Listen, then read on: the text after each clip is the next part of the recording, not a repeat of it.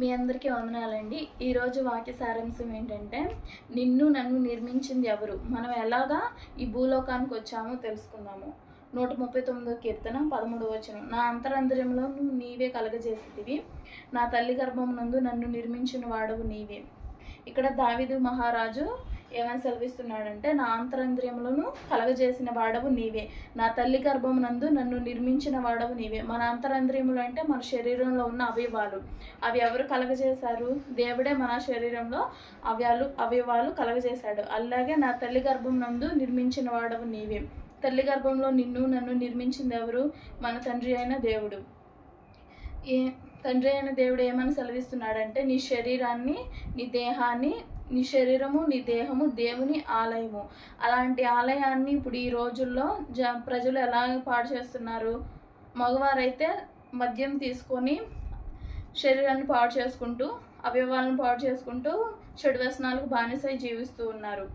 మనం ఒక బైక్ కొనుక్కున్నాం అనుకోండి, ఆ బైక్లో మనం కిరోసిన్ కానీ నీళ్లు కానీ పోస్తే అది పనిచేస్తుందా? పెట్రోల్ పోస్తేనే అది పనిచేస్తుంది. ఒక బైక్ విషయంలోనే మనం ఎంతో జాగ్రత్తగా పెట్రోల్ పోసి మనం మంచిగా నడిపిస్తాం. అలాగే శరీరం కూడా దేవుడు చేశాడు.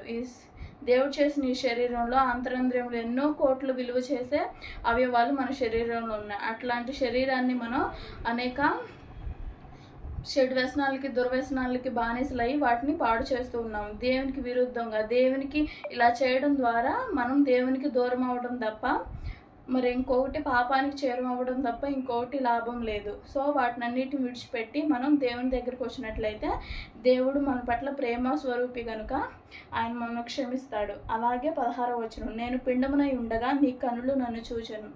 మనం పిండమునై ఉండగా, అసలు పిండం దేవుని కన్నులు మన పిండమునై ఉండగానే దేవుని కన్నులు మనల్ని చూశాయంట.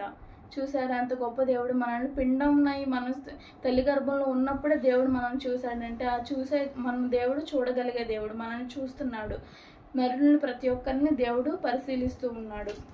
అలాగే ఇర్మియా గ్రంథము 1వ అధ్యాయం 4వ వచనం, యెహోవాకు నాకు ప్రత్యక్షమై ఇలాగ సెలవిచ్చాను, గర్భములో నేను నిన్ను రూపింపబడక మునిపే నిన్నెరిగితిని, నీవు గర్భము నుండి బయలుపడక మునిపే నేను నిన్ను ప్రతిష్ఠించితిని. ఇక్కడ దేవుడైన యెహోవా ఏమని సెలవిస్తున్నాడంటే ఇర్మియాకి, గర్భంలో నేను నిన్ను రూపింపక మునిపే నేను నిన్ను ఎరిగితిని. గర్భంలో తల్లి గర్భంలో మన పిండమునై రూపింపబడక మునిపే దేవుడు మన గురించి తెలుసు దేవుడికి. అలాగే గర్భము నుండి బయలుపడక మునిపే నేను నిన్ను ప్రతిష్ఠించేది. గర్భం నుండి బయలుపడక ముందు ఇర్మియాని దేవుడు ప్రవక్తని ప్రతిష్ఠించాడు. నిన్ను నన్ను కూడా దేవుడు అలాగే కలగజేశాడు. పిండమునై ఉండగా దేవుని కన్నులు మనల్ని చూశాయి. ఈ లోకానికి మనం జన్మించాము అంటే అది దేవుని చిత్తము, ఆయన ప్రణాళిక మాత్రమే.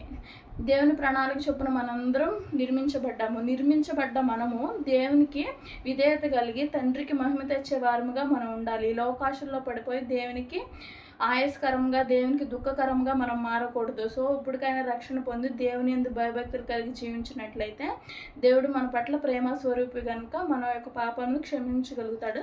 అలాగే మన పట్ల గొప్ప కార్యాలు ఆయన చేస్తాడు. ఈ చిన్న వాక్యం దేవుడు మీ హృదయంలో ఫలింపజేయను గాక. ఆమేన్.